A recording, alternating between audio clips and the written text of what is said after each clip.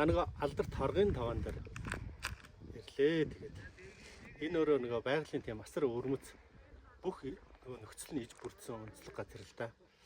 Жишээлбэл энд гал байна гэж бодъё л да. Эндээс галаар төргсөн. Тэгээ галын үнс нурам, нүүрс одоо эргчим нь энд байгаа гэж бодъё. Энүүхэн цаашаа явах дээр энэ ус нь байна. Тэрхийн цагаан нуур. Тэгээ модон байна. Чулуун байна. Тэгээ агаар нь байна гэх юм уу.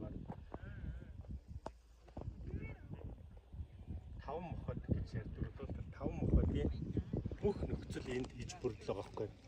Гал, ус, агаар, мод, чулууч гэдэг юм, хөрсч гэдэг юм гээд. Таван мохот байгаад хэдүүлээ энд яаж бодож зүгээр ингээл логикоор бодъё л та.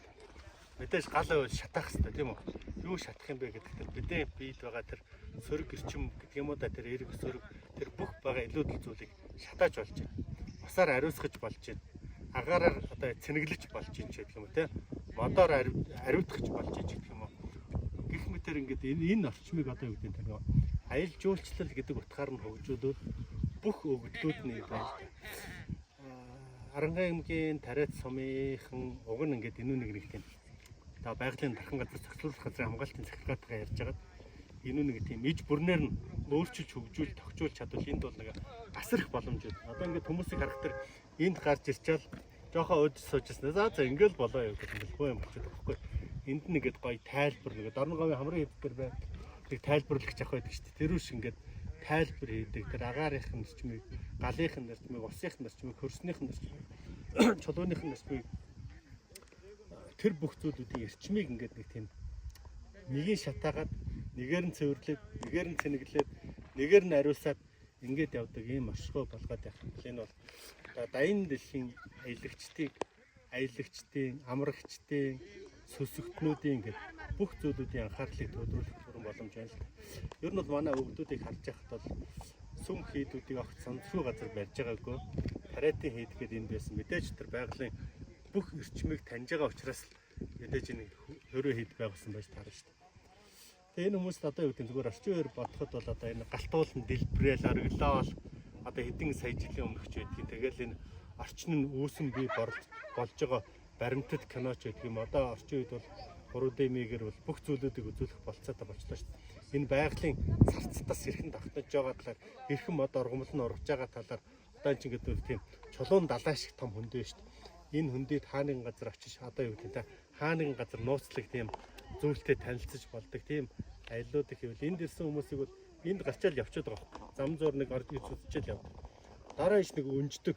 Одоо магадгүй энд одоо дор театрчилсан тэр одоо галын галтуулын дэлбэрэлт болж байгаа тэр театрчилсан тоглолт ч байдаг юм. Ингээл гэх юм бол энд чинь хэдэн мянган жуулчин ч зундаа ярьж байгаа мэт. Тэр болгоныг ингээд эндээ нэг юм уу хоёр хонуулаад явдаг бол болчвол энэ Тариат сумынхан ч одоо ер нь баяжих гэдэг энэ.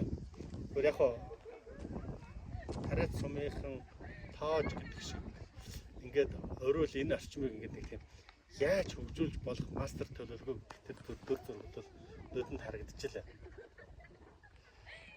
За энд ирж байгаа бүх хүмүүстэй яг зүгээр нэг жижигээс энд мэдээч одоо юу гэдэг юм энэ одоо чулуулгыг харах дээр ингээд нэг тийм хөөсөн зүшиг чулуулга баг штэ.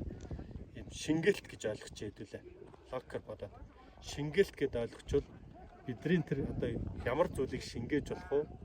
Шингээгээд галаар ариусгаад тэгээд эрчмээр цэвэрлэгээ хийдэг гэдэг ингээд ойлгочвол ер нь хүн болгон зундаа ирж явах тус болохгүй ч зүйлгүй газар байна да гэж шинжлээ. За тэгээд яг хуу энд гарч ирснэх гэж удаад энэгээр зүгээр нэг анхааруулж хэлмээр юм гарч ирсэн байхгүй юу? Ер нь хүмүүс их гарч ирсэн байна. Тэгээд энэ сандал суудлууд жоохон хүн суучмаар газруу тойроод маш их тамхины аккорд хайж яг хуу хог багтай байна. Хогоо хаяхаа байсан их сайн.